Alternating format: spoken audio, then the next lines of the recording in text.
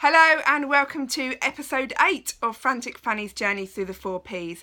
My name's Tabitha Pascoe and I'm the business and lifestyle game changer, and I help ambitious and passionate business owners create businesses that support the lifestyle they truly desire. And I do that through the 4 Ps, through personal development, all about your winning mindset, through people, leveraging your business through people, performance, your sales, your KPIs, and of course process, all the processes in your business that glue it all together. And that's what I do. Now, last time we were looking at Frantic Fanny's pricing structure, and today we're going to look at the identity shift she went through. Really fascinating part of her journey. Now, picture the scene. She's been in business for over 6 years at this point, and she's doing everything.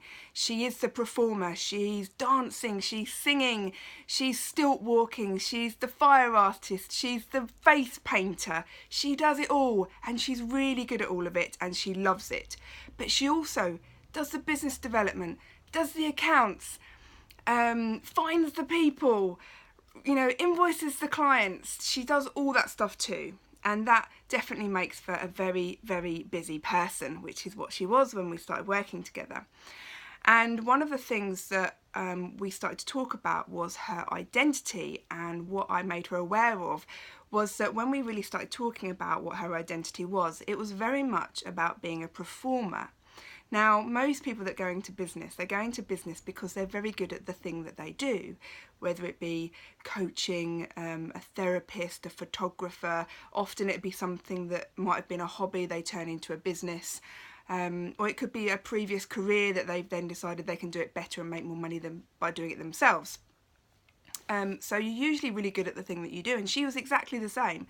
She loved performing. It was absolutely, it lit her up. It was a lot of her background. Her degree was in dancing, and she just loved performing arts, loved it. And the problem with that is obviously at an identity level, if you think about the neurological levels, the identity is the second one down from purpose, is that when you have an identity of a performer, which is what she had very much resonated with the identity of a performer. It meant that she would not act inconsistent with that. So it meant every job that come in, rather than outsourcing it to her team, she'd want to do it herself.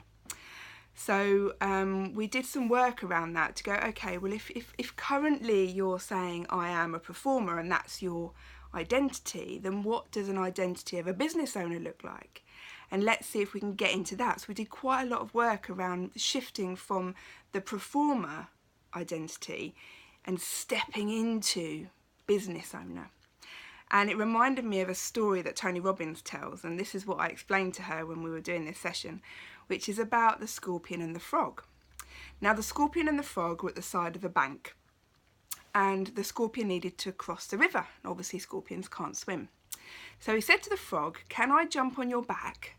And can you carry me across to the other side?" And the frog said, "Well, I'm not stupid. I wouldn't do that because scorpions eat frogs. They kill frogs. So why would I let you get on my back and go across?" And the scorpion said, "But that would be silly, because if I bit you or I killed you on the way over, I would die too. So I'm not going to do that. I would never do that." And the frog was like, okay. So he thought about it for a while, and then he thought, okay, fine.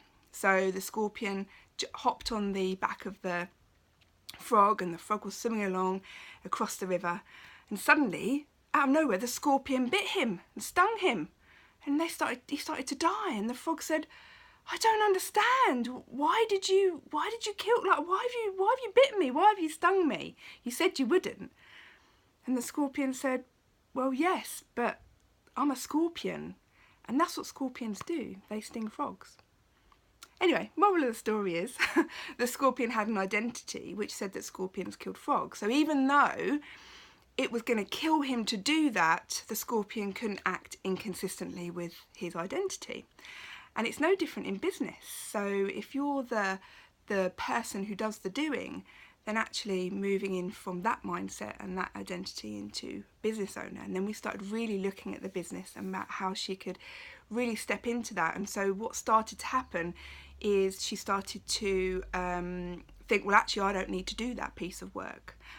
So as the work came in, we started to set some rules around, well, at what point would she take the work on? And it had to be something that was profitable, that was easeful for her, that was local to her. So back to some of the other stuff we've talked about before, about making things a bit easier for her. So that's her shift from a performer to a business owner. Now obviously she still loves performing, and it had to be a part of it because that's who she is, but it's certainly significantly reduced over time, and she did a lot less of the performing and just pick and choose exactly what she really wanted to do, rather than her automatic reaction. The reptilian brain came in and went, oh, I want to do that, I want to do that, I want to do that, I'll do that, I'll do that, I'll do that. And it stopped, and she started to say, actually, no, this is what I'm going to do, and everything else I'm going to outsource. So yes, that's the story of the identity shift.